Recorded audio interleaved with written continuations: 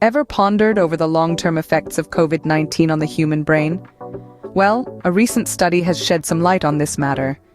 The research was conducted by comparing magnetic resonance imaging, or MRI, images of patients with long COVID, fully recovered COVID-19 survivors, and healthy controls.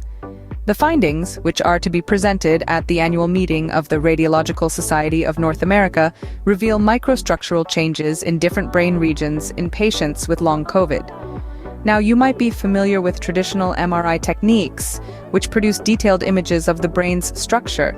However, this study utilized a novel MRI technique known as diffusion microstructure imaging, or DMI.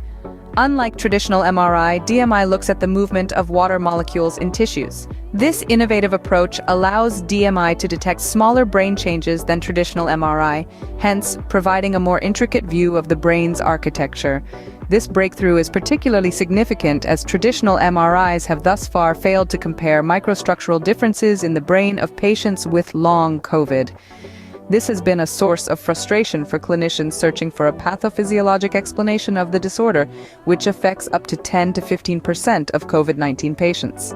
The study included images from 89 patients with long COVID, 38 COVID-19 patients who didn't report long-term symptoms, and 46 healthy controls with no history of COVID-19 infection. Among participants with long COVID, 53% of patients could not return to their previous level of independence and/or employment due to infection.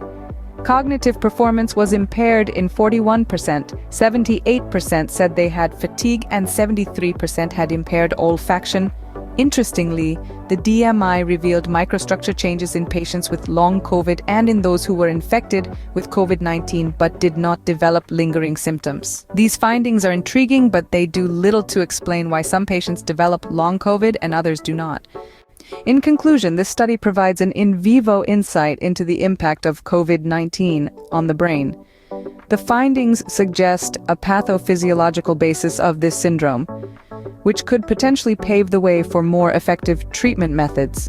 However, more research is needed to fully understand the long-term effects of COVID-19 on the brain and why some patients develop long COVID and others do not.